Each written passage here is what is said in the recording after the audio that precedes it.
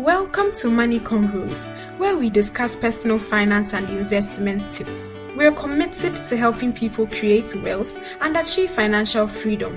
Follow us on Twitter, Instagram, Clubhouse, and Facebook, and subscribe to our YouTube and podcast. Alright then, let's head into today's conversation.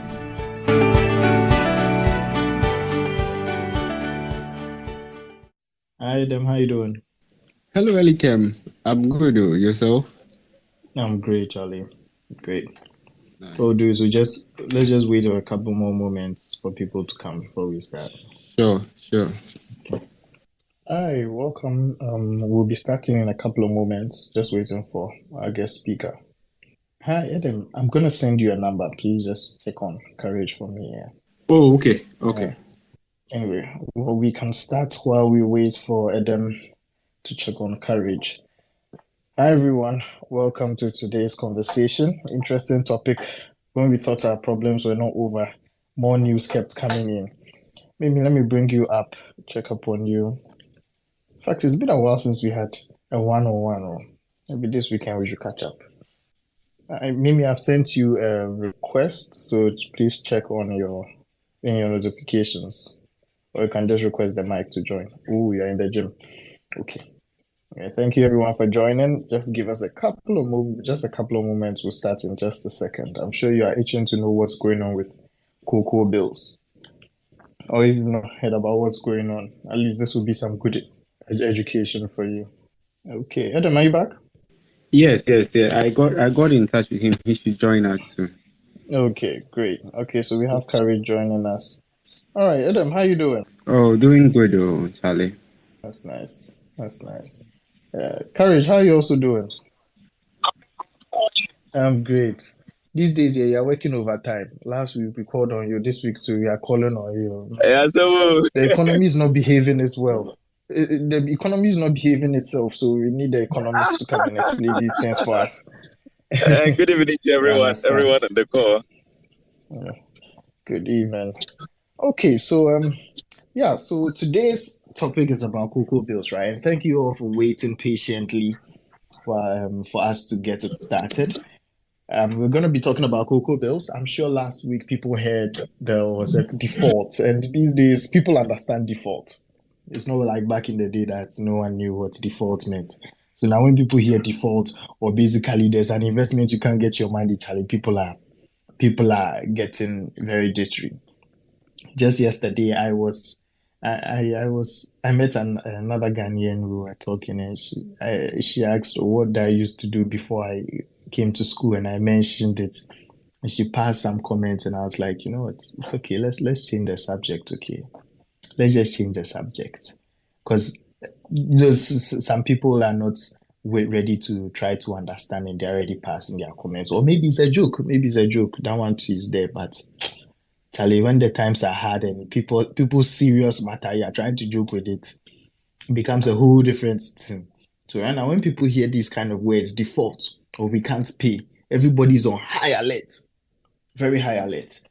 So Courage, perhaps maybe we could start. What are cocoa bills? People are hearing cocoa bills. What's that? Okay, so cocoa bill is what you would typically call a money market instrument, right? So money market instrument largely are short-term instruments. There are they don't pay coupon like a bond will pay, where you have a rate like every year or every month or every 6 months they will pay, or it has a discount rate, and that discount, of course, you can calculate the interest rate equivalence. But what it means is that if you are buying cocoa bill or that money market instrument, maybe a value of 1,000 cedis, you are not going to give the 1,000 cedis to the borrower or the issuer. You are going to give the person the 1,000 cedis less the discount value. So if the discount is 20%, then you are going to give the person maybe 800 cedis, and when it matures in this case 182 days time or 6 months time, you get the face value of 1,000 cedis back. So your interest becomes the discount you get on it from the start. It is supposed to be short-term instrument, and so normally between 91 day and 1 year. Typically, that is what money market instrument fall in. But for cocoa bill in particular, what they do is a 182 day. So that is half a year. So practically, Cocoa Board comes to the market very regularly. We all know what Cocoa Board does. Their job is to regulate the cocoa market in Ghana, and they buy cocoa beans from farmers. And that is a way to create guaranteed market for these farmers, so their produce do not go waste on the market or get oversupplied on the market, and they do not know what to do with it. So what they normally will do is they come to market very regularly, raise some monies, and these monies go to what we call the licensed cocoa buyers, the LBCs really. And they go to the farm gates and buy cocoa beans from the farmers at a predetermined price. So the simple job is that sell the cocoa beans, return the money to Cocoa Board, who probably may have advanced it to you at whatever terms they may have advanced it to you, return it, so that the cycle continues really. So Cocoa Board, just like they do for the annual cocoa syndication loan, where they go to the international capital market, get a number of banks to form a syndicate, and they give them money which they use to come and buy cocoa and sell. And there is the arrangement that when you sell the cocoa, part of it flows to an escrow account, and the lenders use it to pay themselves before you repatriate the difference back to Ghana. It's a similar arrangement, except that there is no escrow for that in the Ghanaian case.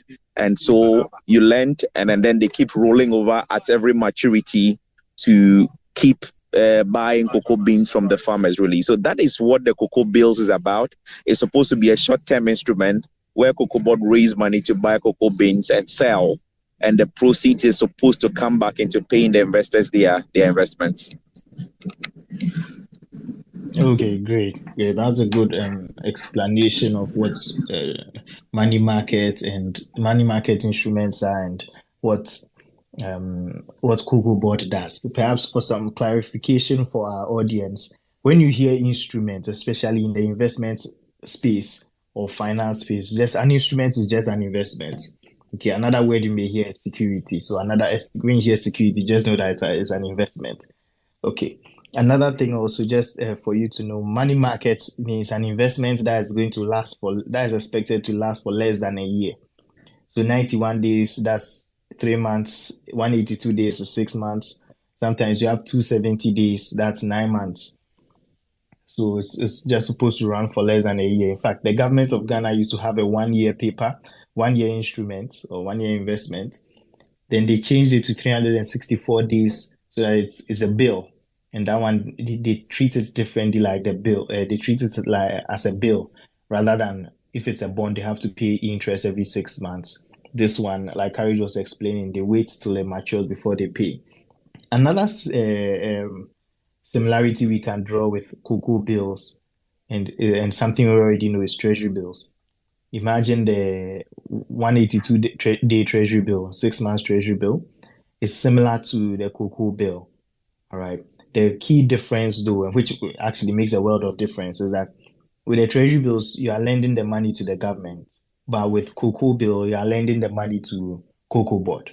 So if you're ever confused about what the structure is, just remember that cocoa bill is similar to treasury bill, but this time it's not government, it's Cocoa Board to help fund their operations. Okay, great. We'll keep it moving. Mimi, Sarah, I see you in the audience. Please request the mic if you are in a space too. I know that. Actually, Mimi is not in the gym today, so Mimi can join. Yeah. Okay. So yeah, cocoa bills. They said there was a default. Courage, was there a default? What exactly happened? Hi, Courage. Can you hear me? Adam, can you hear me? Yes, Elikem, I can hear you. Okay. Courage, if you are speaking, you are muted. Yes, I can hear you now. I mean, you went off momentarily, but you're up now. Okay, so yes, I'm asking what exactly happened with the cocoa bills. Was there a default? What happened? Okay, so this is what happened. Last week, Thursday, exactly a week tomorrow, so a cocoa bill was maturing. And naturally, what they would do is the government will announce, the Cocoa Board will announce a transaction, and then investors would either indicate their willingness to roll it over or they want their money. And whatever the case may be, Cocoa is supposed to find the money to pay those who want out and hope that new investors come in so that they can make up the maturity for the day. As we all know it, the whole conversation about debt restructuring has been going on. And a clause or one of the statements in the debt restructuring memorandum says that at this time, they have exempted Cocoa Bill and Government of Ghana T-bills, but then they will be looked at a later stage. And the reality again is that for a very long time now, Cocoa Board as an issuer, someone who comes to market to borrow, hasn't released its financials. I mean, so a lot of people haven't seen their financials. We don't know what their books look like. We don't know whether they are profitable. We don't know whether they are profitable. We don't know whether they have money. Restructuring maturities that came up. Hello, Courage. There was not. Yes. Courage, it seems you broke off a bit. You said they've not published their financials. We've not seen if they are making profits. Yes, we haven't seen their financials, so no one really know the state of Cocoa Board as it stands. At least public information, it's not publicly available as to whether Cocoa Board is in the obligation. We have heard, I mean, in the memorandum. Courage. Yes. Pardon me, Courage. It seems your internet keeps cutting off. Oh, okay. I'm sorry about that. I guess I'm actually in motion, so I guess that is why. But let me stop somewhere now. I don't know if you can hear me now. Yeah, I can hear you now. It's interesting. When I alert you, then it's fine. Yeah. Then when you start talking again, then it goes on. Maybe there are potholes in the network. Anyway, please continue. So what I'm saying is that for a while now, we haven't seen Cocoa Board's financials, their books, their account for any given year to tell whether Cocoa Board, and I think Elikem, this was the case even when you were here onshore, right? I mean, we haven't seen their books, and so they are. If you thought that invested, you can only guess, you can't tell for a fact, and so that concern plus the fact that there is an aspect of the bond exchange memorandum that says that at this point, cocoa bills are excluded, but then they could be considered at a later stage. I mean, that statement alone will keep people on edge, right? So now you realize that maturities come up and you do not get enough demand as they used to attract in the past. And currently, their yields are stuck at around 30, 31 levels when Government of Ghana T-bills are doing about 35 thereabout. So it looks like in terms of attraction, a number of things are not going in Cocoa Board's favor. So the last two auctions did not attract enough demand. The first one they cancelled. But last Thursday's own, again, they got less than 20% of the amount maturing. So naturally, they should have cancelled again. And in this case, Bank of Ghana normally will find them liquidity to work these things out. But this time around, Cocoa Board, Bank of Ghana, and then the commercial banks, whom the securities originally designed for, sat down and have a conversation and say, you know what, we are compelling you to roll over this instrument. And so the banks who previously did not want to participate in the auction were more or less in code forced by the Bank of Ghana and then Cocoa Board to roll over those investments. So they did. But the unfortunate thing is that while the instrument was originally designed for banks and financial institutions and not necessarily retail clients, banks found ways of selling some of these things to individuals and retail clients. And so the individuals who saw their account credited initially because Bank of Ghana made the payment on behalf of Cocoa Board, but on that instruction, reversed those transactions, now started blowing the alarms. The banks were already aware because the meeting happened, but the individuals were not aware. So everything was swept back. And so that was really what happened. Under the instruction of Bank of Ghana, and then of course, in collaboration with Cocoa Board, the banks were forced to roll over those instruments, but they did so together with individuals who had their accounts credited. That was what happened last Thursday. This is interesting. And it raises the first question of why were the banks selling to retail clients? Can you hazard a guess? Can you hazard a guess as to why this is? Well, I mean, on two levels, I think it's business. if you are exposed to some risk, you may want to diversify so long as people are willing to buy. And so to the extent you find willing buyers, and to be very honest, cocoa bills are quite a rewarding instrument, right? Even when T-bills were 12.5, 12 thereabout, you saw cocoa bills doing significantly higher. And so anyone who is interested in money market instruments will naturally look at cocoa bills if you know it exists. And so I've had instances where individuals walk to you. They said they have some money. They are looking for places to place them short term. Maybe they want to put it away for some 3 months, 6 months, and after maybe so that they can use it to pay the child's school fees next. When you propose things like your money market funds, like mutual funds and things like T-bills to them, they said, no, someone has told them about some other bill that is yielding more. So naturally, I think people are interested. And to the extent they are interested, as a trader, I may also want to flip some of these things for the margins. Wow. Okay, so this is an issue of because if I'm selling it to you, I'm not selling it to you at the rate. Unscrupulous behavior. Is it illegal? Hello, Is it illegal? Well, the question wasn't originally illegal or not. I guess it's bad. Yes, I think there's a lag on. Maybe I'm not hearing me live. But my question is this an example of bad behavior on the part of professionals? Well, to some extent, yes. But whether it's illegal or not, I'm unable to say because to the extent there is a willing buyer, I do not see the wrong. But maybe the intent is for events like this or days like this where the Bank of Ghana Cocoa Board wants to have a certain level of control and be able to manipulate situations, then it affects individuals who are not intended to be affected. Maybe to that extent, then we are seeing the flaws in the system. But what challenges me is whether Bank of Ghana is saying they do not know individuals buy these, whether Cocoa Board is saying they do not know individuals buy this, because it's not like it started yesterday. Individuals have bought cocoa bills since I have known cocoa bills. Right, so it smacks of a little bit of surprise and curiosity if Bank of Ghana is saying they are not aware or Cocoa Board is saying they are not aware. I'm not exactly sure if it is bad behavior or it's just normal, but I feel that whatever the case may be, it is that automatic rollover that did not consult those individuals and they saw credit and later saw debit. That's part of the whole agitation that led to the information that leaked to the market and then the subsequent conversation that followed. Interesting. My take on this is if they are saying they are being surprised, I'm surprised that they are surprised because, like you said, everyone has known about cocoa bills for the longest time. Like, this is the first time, like reading the news and Bank of Ghana's response is the first time I'm hearing that cocoa bills was meant for institutions.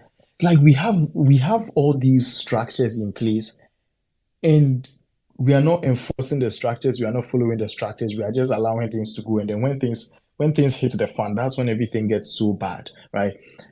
Looking at this cocoa bill, if it's supposed to operate like Bank of Ghana bills, I think this is one of those things that we can clearly state whether there's a right or wrong.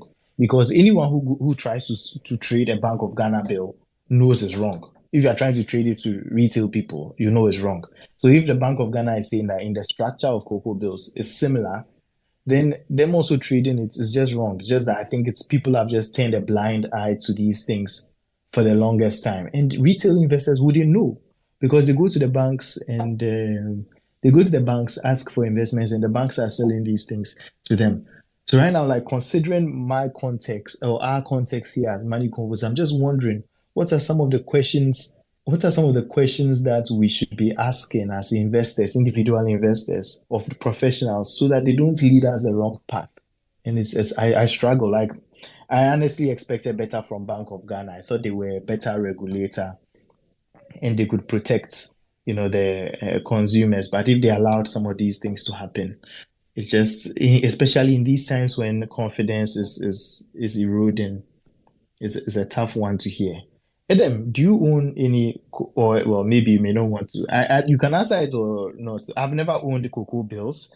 I honestly didn't see. I thought there was too much risk, and that's another angle I would want to take on in a sec. But Adam, what do you think about the discussion about cocoa bills so far?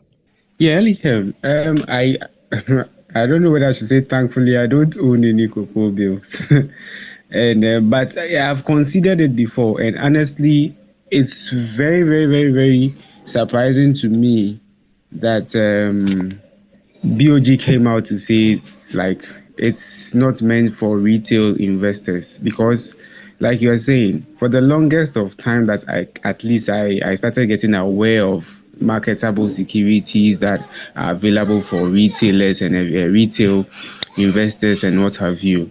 I have always known cocoa bills to be part of the mix. So, and you even hear it in discussions. Like sometimes you have these discussions, the investment professional comes up, they are speaking, they are telling you options to invest your money and where to put. They mention cocoa bills. And in all these times, BOG never came out to say that, oh no, this is not so. Because anytime anything happens in the space, you know that Bank of Ghana is quick to come out to clarify or even issue disclaimers, but in this case, never has it happened. So I'm quite surprised that this is coming up at this time. But anyway, we are already in it, so let's see how it goes. Yeah.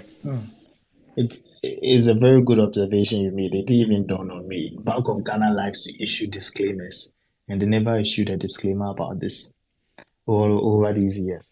Okay, another angle, and again, like this question, this is putting a lot of, I'm looking in the mirror, looking at my colleagues on this topic, and I'm like, how are people investing in an institution where they don't know the financials?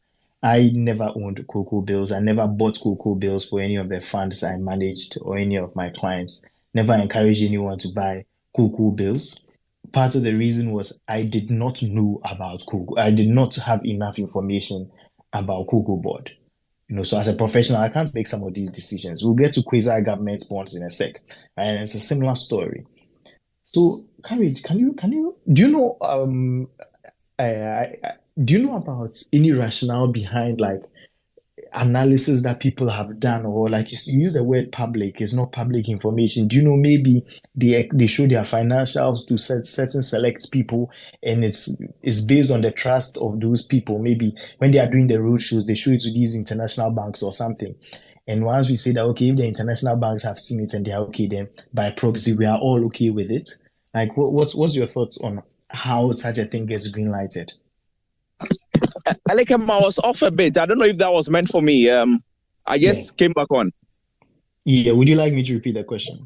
Yes, please. Okay, yeah. So it's for you. So my question is, for me, I've never bought cocoa bills for myself. I've never bought cocoa bills for any account that I managed or any client of mine. And part of the reason is I did not have sufficient information on cocoa board. So I didn't think it was worth the risk. But for you mentioned earlier that no financials have been received, but a lot of institutions have bought into cocoa bills. Even when they do the roadshow for the big syndicated loan, these international banks, I'm sure there's some information given them. So is it that the information is there? It's just not in the public space, but there are certain professionals who know, and by proxy, we are trusting that if these people know and they've seen the information and they are okay with it, then we can all go ahead to do it. Like, what's your take on how, like, financially, people thought this was a sound investment to make? Well, Elikem, this would the events of the last few days, and if you like, weeks and months, are just exposing really the complexity or otherwise of our local financial system, and to what extent people were very critical about the things we were doing. You see, cocoa bill is a local security. I doubt any foreign investor buys this. I'm not sure they buy it.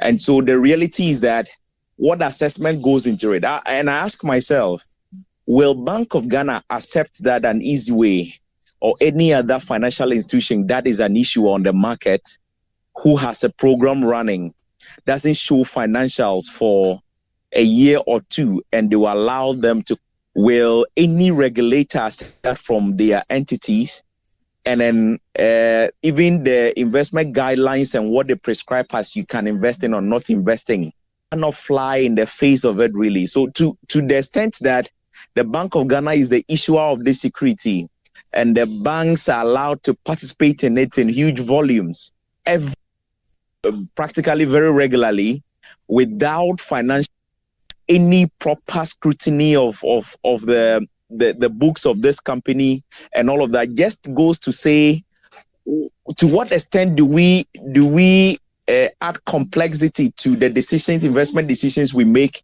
To what extent do we put the funds of our investors at risk? And what analysis goes into the whole conversation?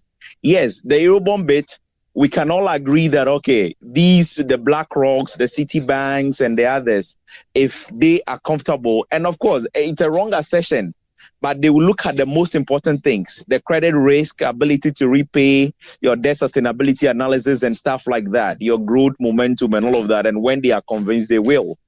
And they are more particularly interested in maybe the FX exposure and risk, really.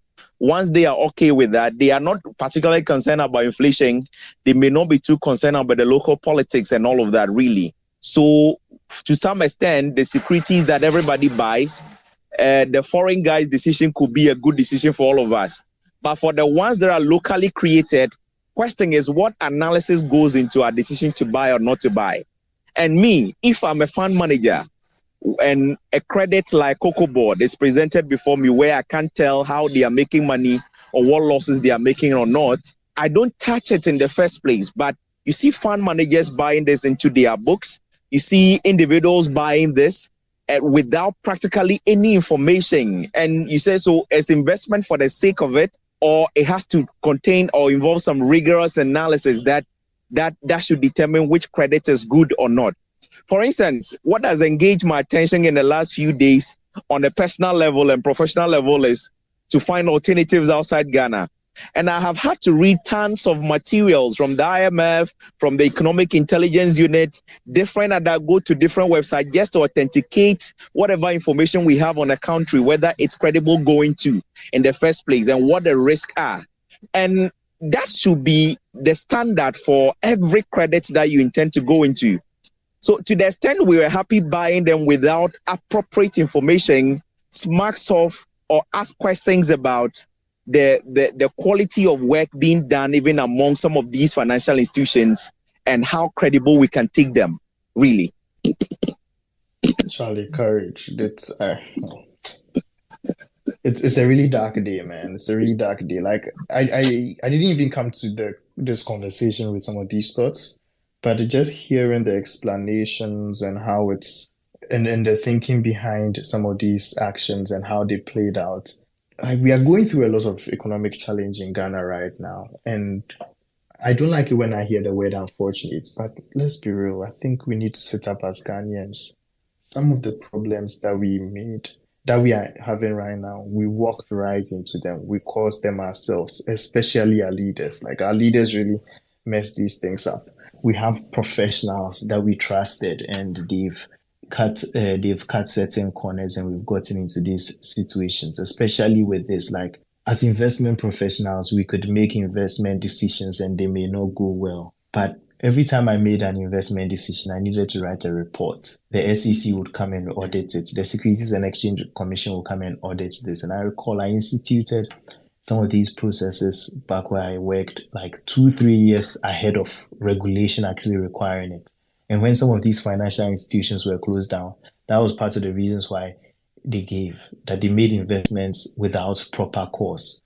In the Chartered Financial Analyst program, a professional program for investing, we talk about having reasonable basis for your investment decisions. Like, we could be two people working in the same company. We'll have different ideas of what should happen. But as long as we follow reasonable steps and we end up at different points, like even if I'm reviewing the next person's work, I don't say that the person is necessarily wrong. We just have a different view, but the processes must be right. So hearing that we're not following due process, honestly, it's a very dark day for the industry, especially in these times when we are trying to rebuild. We are trying to salvage what little confidence we can have, hearing that we are still doing these things. I thought the 2018 financial cleanup, at least the Bank of Ghana would have cleaned some of these things up, only for them to come at this point and we'll be hearing these things.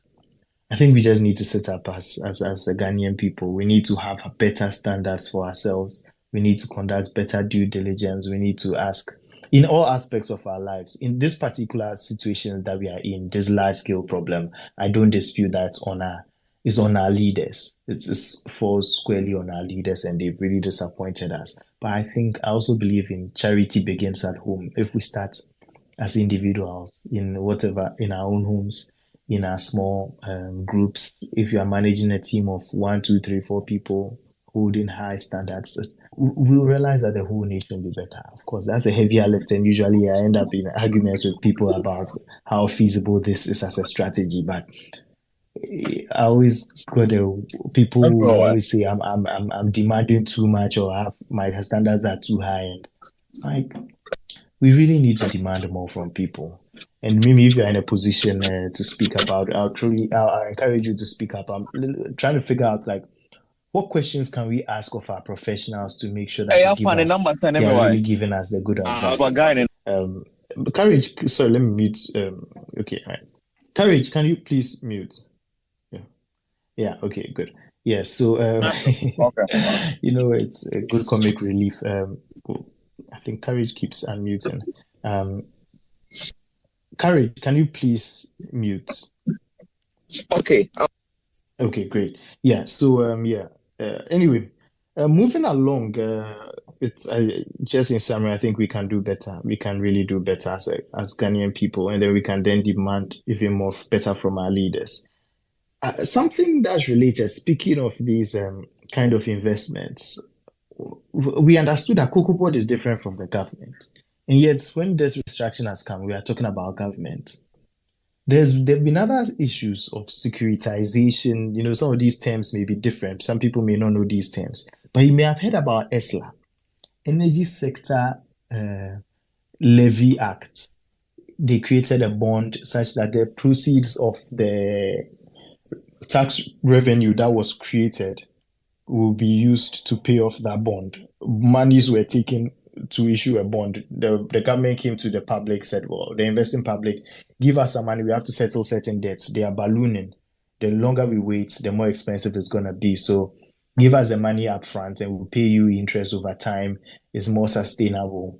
It makes a lot of sense, right? But this incorporated a whole new company, a special purpose vehicle, and it was supposed to be that this entity should be different from Government of Ghana treasury bills and treasury bonds.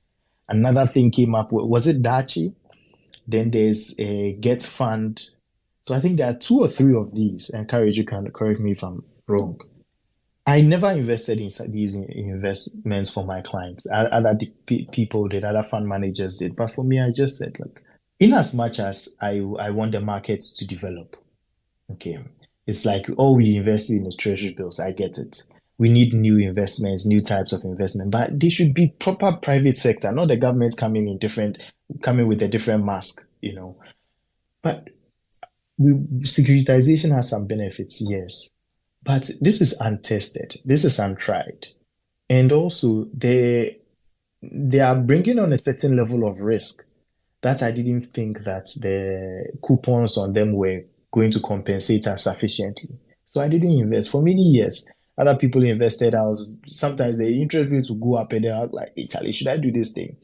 I'll ask about it, and I'm like, nah, I know it's fine. Because when things hit the fan, and now things have hit the fan, and we are asking ourselves these questions, will they hold? So it's making me think, should we just keep things plain vanilla?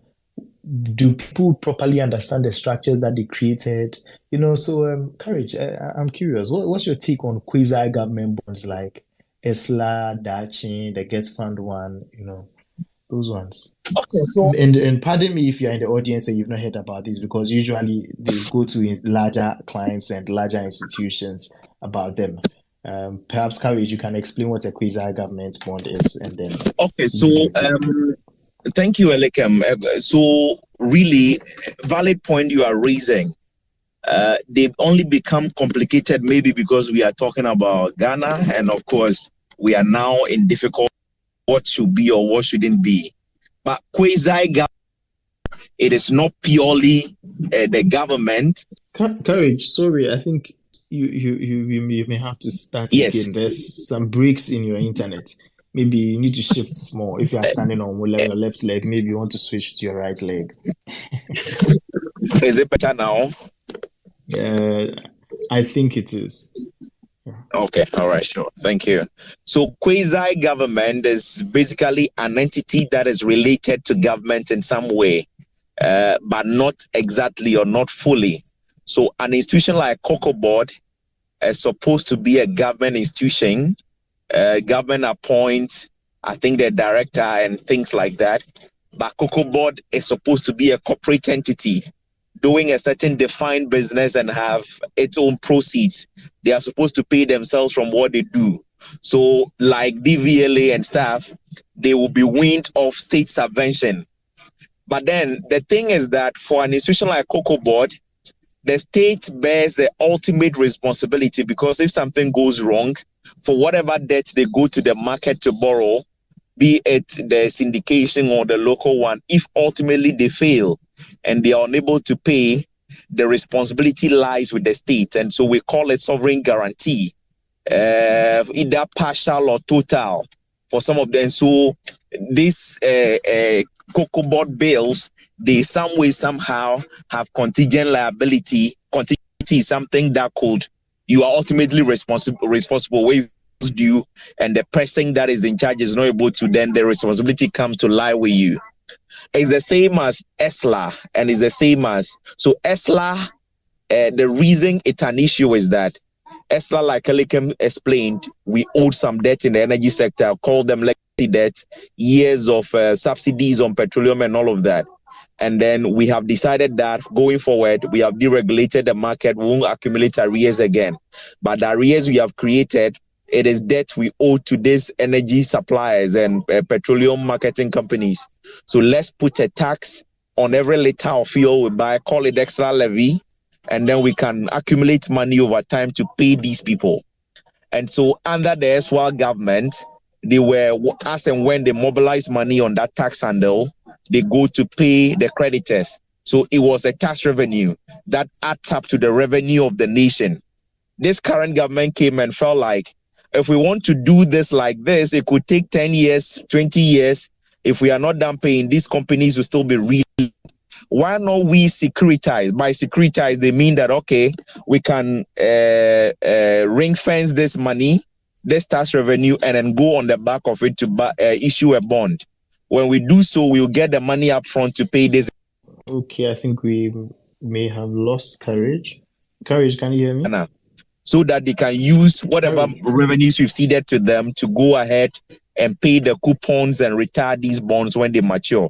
So that was the arrangement. Good idea, good intention. But where the problem came now is that it is not because ESLA is not able to pay its debt. It is not because ESLA is not receiving flows from government as promised. But the problem is that IMF thinks these are revenues that could have added to the total revenue stream for government and will increase, if you like, improve your fiscal space and allow you to do a bit more. But you have ceded these monies to an institution, so automatically you can't count it as part of public revenue again. And on top of it, the arrangement for ESLA was so tight that ESLA normally have some monies on their books. They call monies locked up in a lockbox. What that means is that whatever bond was issued at any point in time, the monies they expect from ESLA was more than what the refinancing requirement was at any point in time. And because the law sees the whole money to them, there is always excess that they keep with some bank. And at some time, they even come back to buy some of the bonds that are already existing. They buy it off the investors to reduce their obligation. And so the idea is that those monies could be monies that can be available to government in the first place, but it's locked up because of the arrangement. And ESLA sees those as government debt because ultimately government bear their ultimate responsibility when something fails. And so I think even these ones are in the interest of the government itself to say that if we can make investors tender ESLA, we can be able to pay because there is tap that they are not finding use for. We can ultimately give them government money and start spending it on things we want to do.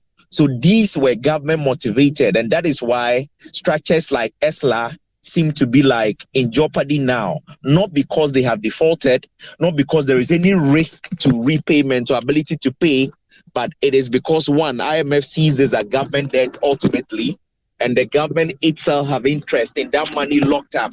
They feel they could have better use for, and so they have roped it into the conversation. Same with Dachi. Dachi is also 2.5% on VAT.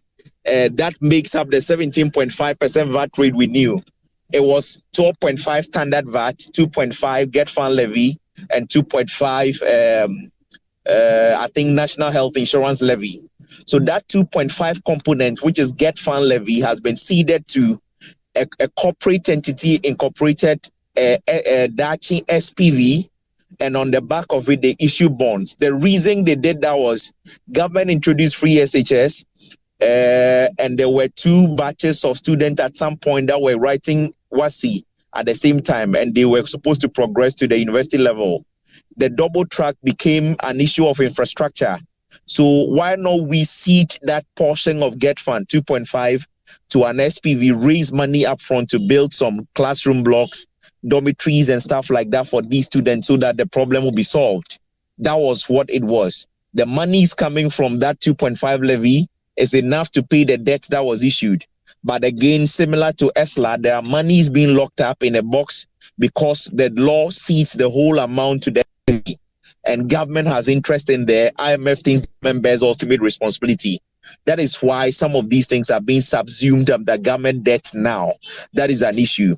Cocoa bills are in the conversation of debt restructuring because ultimately government bears the responsibility for Cocoa Board because it is a state institution or a quasi-state institution, even if it's a corporate doing its own business and churning out profits and all of that, just like Ghana Water Company and the many others really.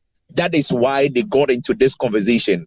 So, if you like, financial engineering and securitization are not bad things per se in our context because the sovereign is in problem and there were guarantees along the way, which meant that it could become contingent on the state to pay if something happens. That is why IMF will see these things as public debt. It even includes things like the Sino-Hydro deal, $3 billion that came, and then we said it was barter for some barter arrangement where we'll send some bauxite in exchange for some roads and some infrastructure. All of those things, according to the IMF now, are part of our public debt. Is a reason we are talking of public debt to GDP ratio above 100%, in fact 110% or so, whereas on the books, the pure public debt would have been just about 68, almost 70% of GDP. But when you include all these other SOE debts, publicly guaranteed debt, be it partial or complete, and all these other financial engineering products that are now being seen as public debt, we have our debt stock at 110% of GDP. The reason we have had to do debt restructuring. Wow, that's a lot to take in.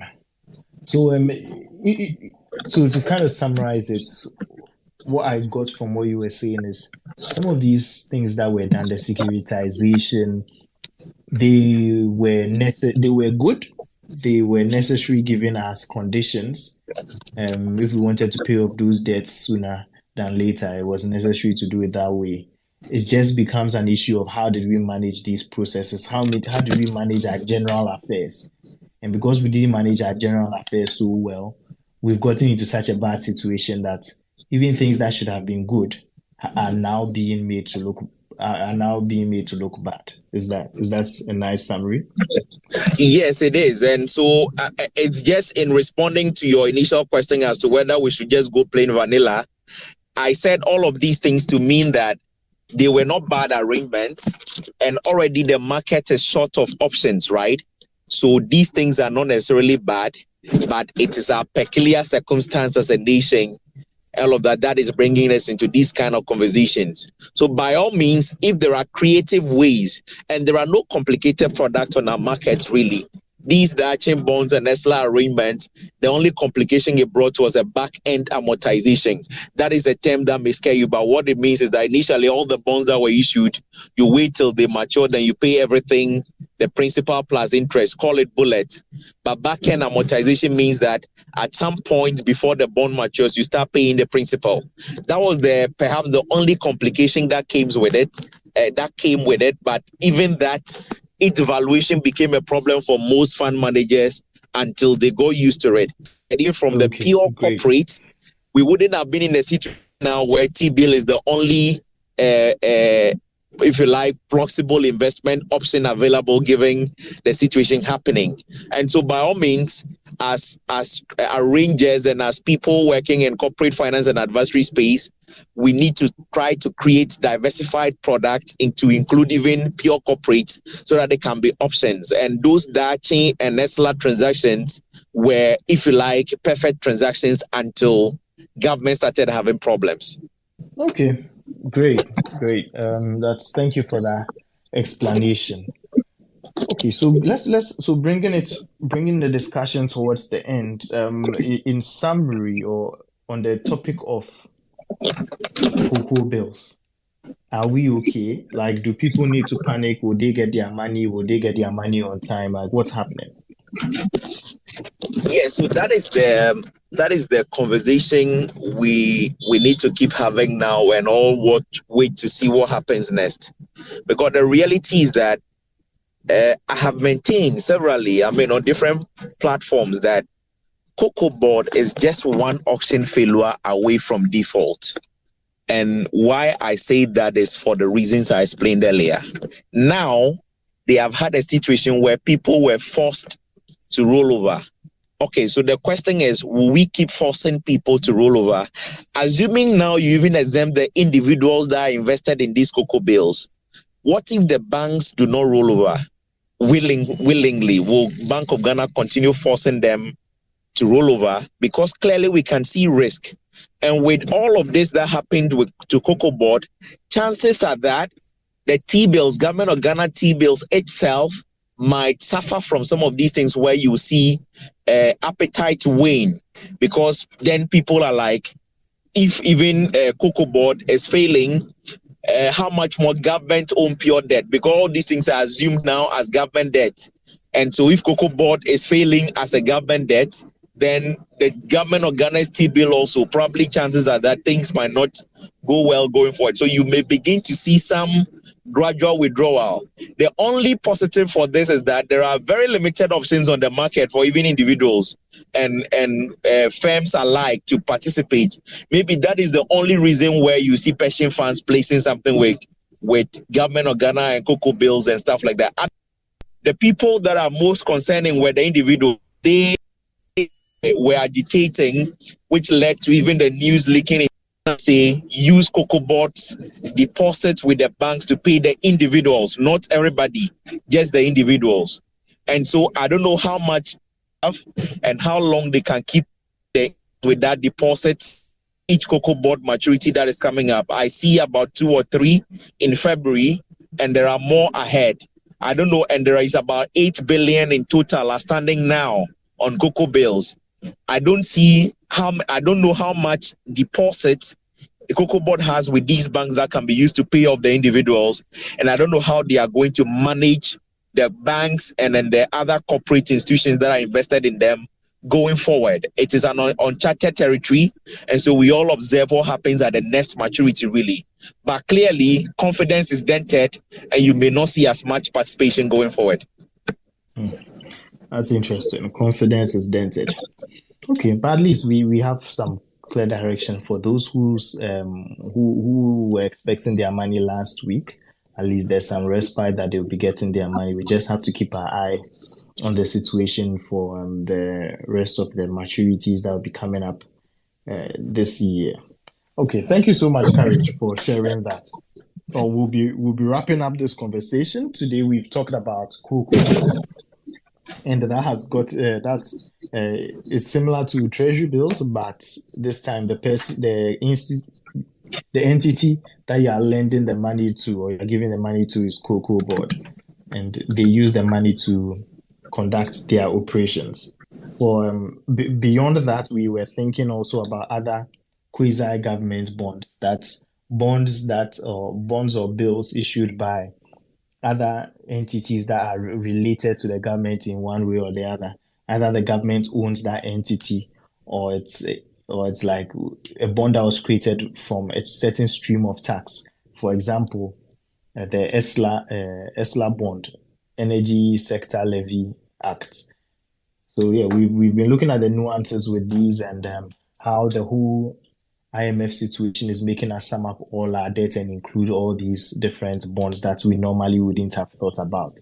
But then a major question that has come up is if especially from the cocoa bills, if we are saying that it wasn't supposed to be given to retail institutions, retail clients, then we need to know what questions as individuals, as retail individuals, what are some of the questions we should be asking the professionals who serve us to make sure that they don't lead us astray. So it's not information that I was happy to hear, but apparently this was happening. But anyway, I think we just generally need to set up as Ghanaians and have higher standards.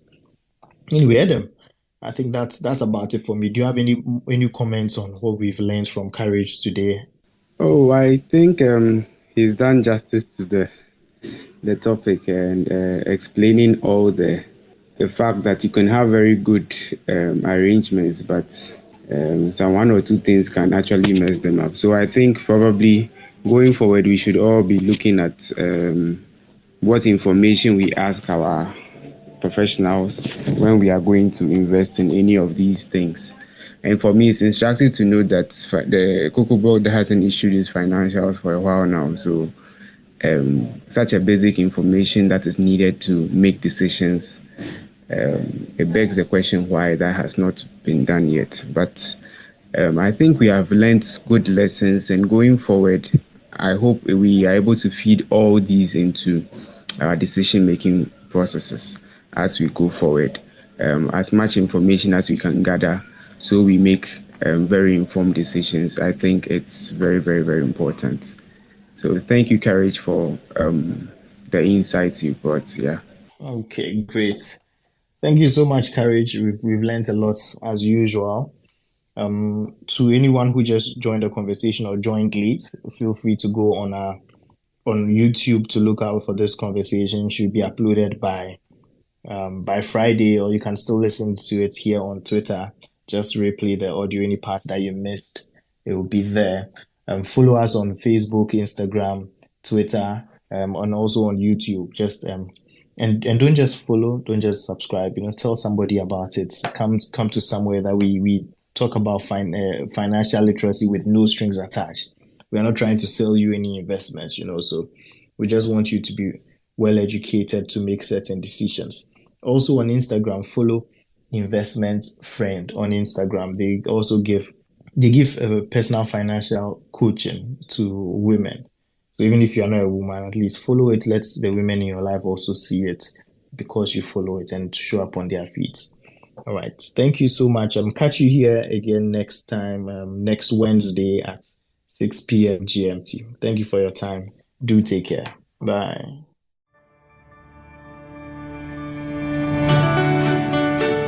Thank you for taking the time to listen to our thoughts. I hope you learned a thing or two and start practicing. Don't forget to follow us on Twitter, Instagram, Clubhouse, and Facebook. And subscribe to our YouTube and podcast. Do tell a friend about Money Convos so we all become wealthy together. Talk to you soon. Bye.